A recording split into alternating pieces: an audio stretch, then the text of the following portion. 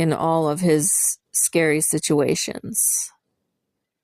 Whom shall I fear? There were traitors after him. There was an angry, crazy king after him, jealous king. There was the king's army. There were people who could have been paid off to report on David's whereabouts. And so he says, whom shall I fear? Who was the strength of David's life? Yahweh is the strength of my life. Of whom shall I be afraid? Who came at David to, quote unquote, eat up his flesh? When evildoers came at me to eat up my flesh.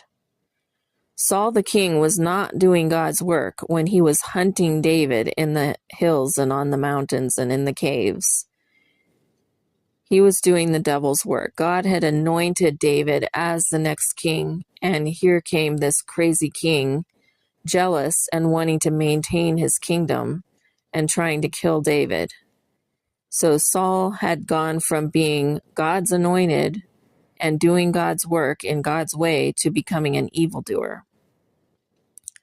When evildoers came at me to eat up my flesh, and then he calls these evildoers two other words that represent being enemies.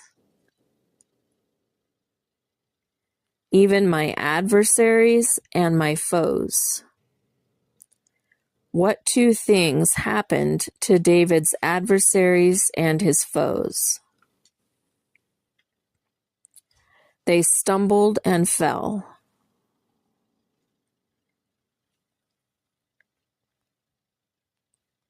What did David decide not to fear, even if it would encamp against him?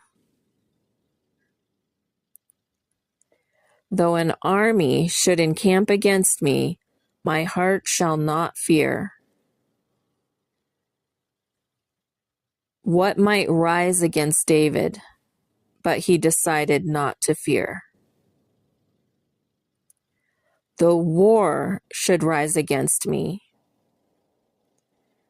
what attitude did David decide to take even if war should rise against him?